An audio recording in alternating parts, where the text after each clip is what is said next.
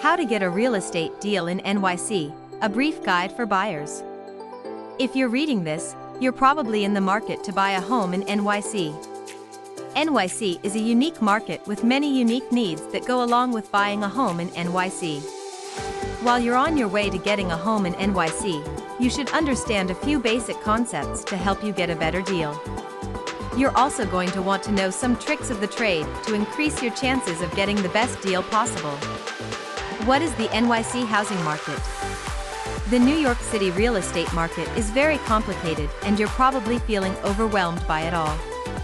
There are a lot of factors to consider when buying a home in NYC, but there are also many things to consider that aren't market related.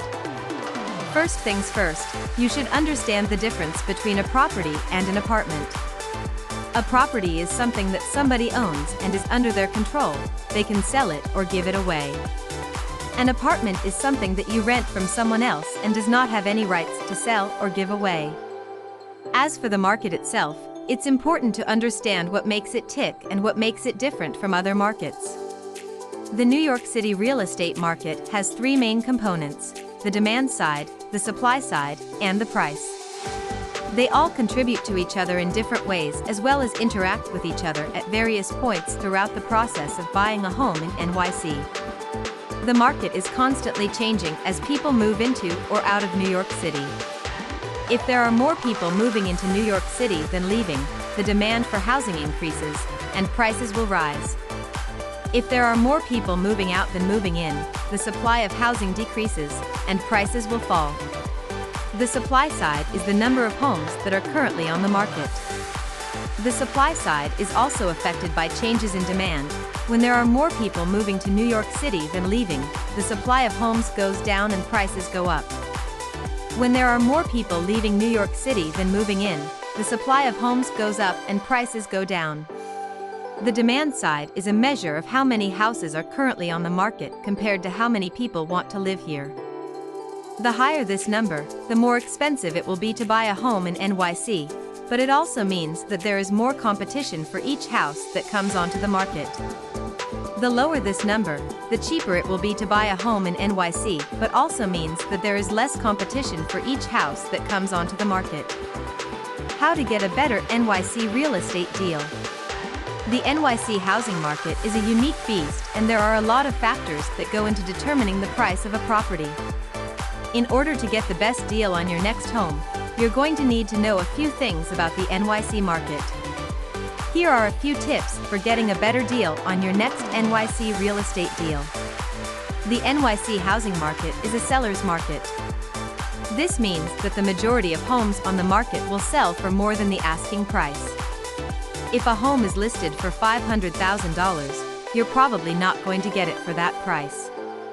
You'll most likely pay between $450,000 and $500,000, and that's perfectly okay.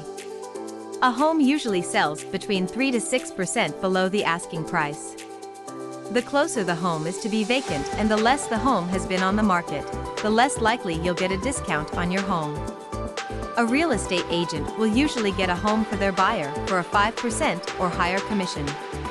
If you can get a better deal on a home, you may want to go with a real estate agent who is able to negotiate.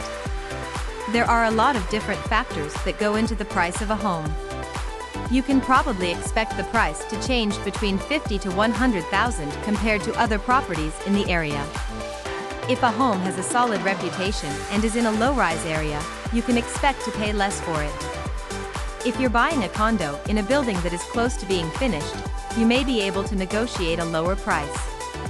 If the condo is in a building that is at least 20 stories and near a subway stop, you can probably expect to pay less. Even if a home has been on the market for a while, there will always be potential competition. When a home gets listed, it usually has competition from other homes that are also available. When there are a lot of homes on the market and it becomes a seller's market, the price usually increases. Now that you know a few things about the NYC housing market, you should also know a few things about how to get a real estate deal that is better than the average deal. You can get a better deal on your next NYC home by doing a few things. Use a real estate agent who knows the market and who has experience negotiating with sellers. Has the home been inspected by a home inspector before you put an offer on the home? This will help you determine if the home is in good condition and if there are any issues with it. If you're buying a condo, make sure that you know the building's permit status. This is a good indicator of the property's renovation status. The permits will tell you if the condo is being renovated. If the permits aren't up to date, it's a good indication that the condo isn't yet finished. How to get an NYC real estate deal in Chinatown. If you or someone you know is looking to buy a home in New York City, one of the best areas to look at is Chinatown. Even though it's a small area, there are a lot of homes for sale in Chinatown. If you want to get a deal on your next NYC home, you should definitely look in Chinatown.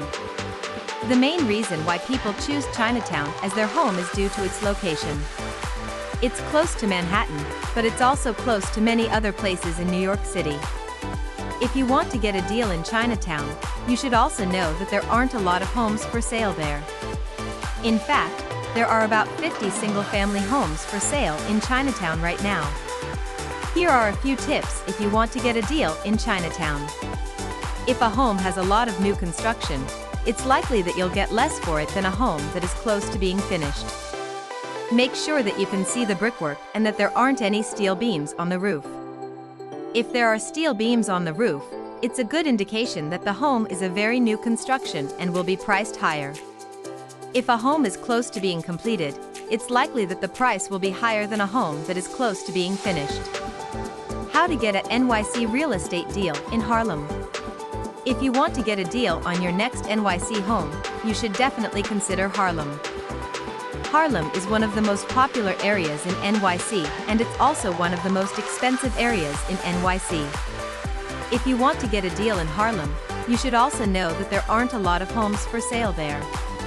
There are only about 30 single-family homes for sale in Harlem right now.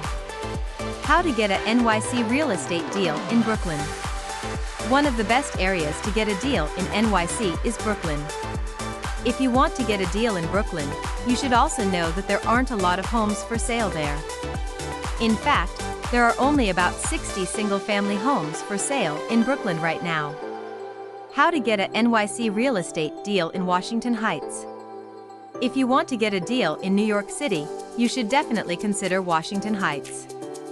Washington Heights is one of the most expensive areas in NYC, and it's also one of the most popular areas of NYC. Here are a few tips if you want to get a deal in Washington Heights. Make sure that the home has been priced fairly. You can do this by comparing the price to other homes in the area. If a home is priced higher than other homes in the area, it's likely that you won't get as much for it as you would if it was priced closer to market value.